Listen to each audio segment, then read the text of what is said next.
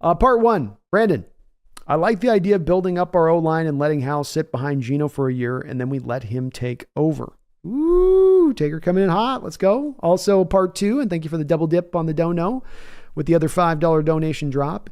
He says, part 2, if Howell doesn't work out, we're likely in a good position to draft another quarterback. Let's get really good and solid in the trenches. Better quarterback success. I really like Howell, and I like him a lot more than the fan base does.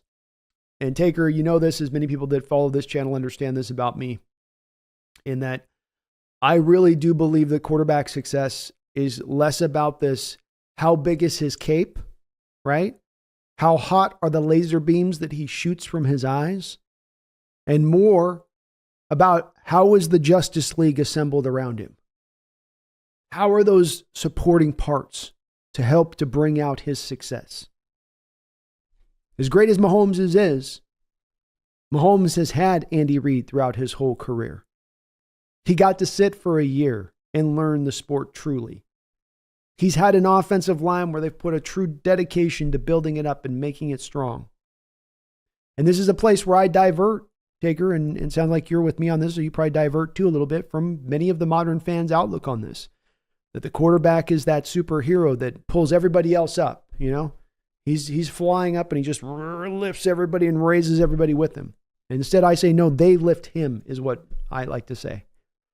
And so when it comes to Howell last year, on the back of a guy who didn't just have mild college success. This wasn't Mitch Trubisky in college at the very same school. I make that comparison for a reason. Trubisky taken top 5, a guy who had 1 year wonder of success at North Carolina before he was taken.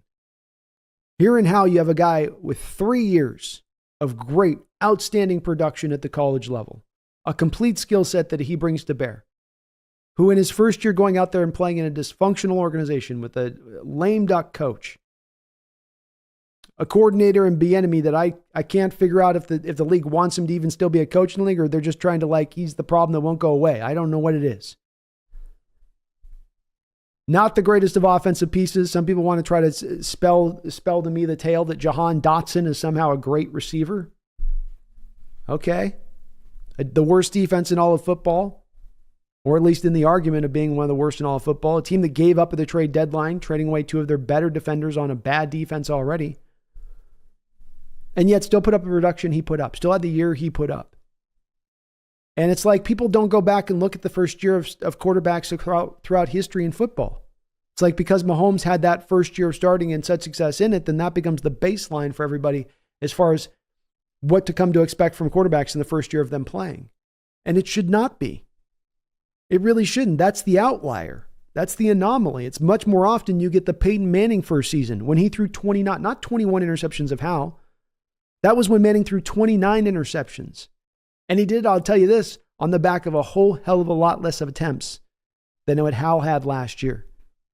Last year was not Sam Howell failing. Last year was not a representation of how Sam Howell can't play in this league. Last year was an indication that there's something here. Not saying that the kid's going to light the world fire, not saying that this is an MVP waiting to happen, but there's something here. There's a spark of life here, and it shouldn't be denied. And if the team makes that assessment of him being that kind of player that can be that, and they're going to have a whole year to make this assessment, Taker, they're going to have a year of him at practice playing behind Geno. How is he looking? How does he stack up against Geno? You got a nice little metric to go up against to make the, kind of that evaluation of him to really get a determination about where he is and who he is. And so if they get to the end of the year and they make that evaluation, then we can ride on the back of this guy for the next year. That he can start, and we're going to put a hell of a team up in front of him. As much as there are people that scoff at that and go, nah. As much as that's an easy thing to do, 10 years ago, you took this very same path. You took a guy that wasn't taken in the first or second round of the draft. You built a great team up ahead of him, and you got to a Super Bowl. And was that a majestic, legendary team? Yeah, sure it was. But there have been other teams that have taken this approach too with the quarterback on that cheap rookie deal in order to maximize that time to get you there. And next year could be that time. And the team is sitting in a hell of a spot, Taker 610, to hit that ignition switch next season if that's what they want to do. If that is their intent. And if you're only paying your quarterback $1 million, I'll tell you, that's a hell of a team you can build around him at that point. Hell of a team you can build around him. But to your other donation, your other point about building the trenches, again with me too, we're aligned on this. I started out this offseason and where I wanted to begin, the place that I wanted to make the onus was building up the interior of the offensive line. That didn't mean going out and spending necessarily $20 million on Robert Hunt. That meant putting the investment in it. And I fully expected that to mainly be within this draft. The hard work in a lot of respects I've said is, I think, done as long as Abraham Lucas's leg holds up.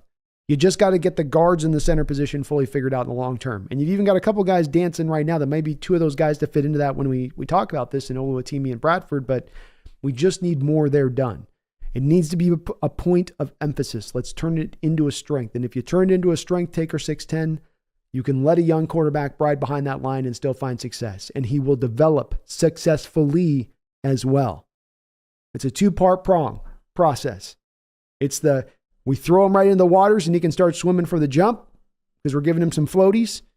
And then that also allows him to develop naturally and organically at the quarterback position instead of being under duress and developing bad habits and seeing ghosts.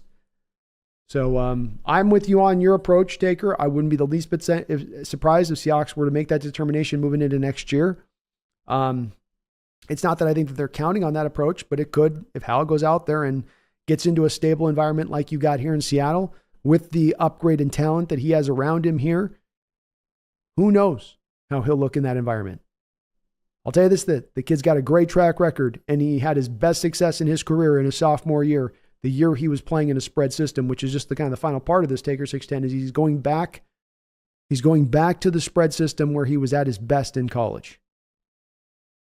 At his absolute best, where he looked like he was going to be a top 5 pick in the next year's draft on the back of his production in that offense.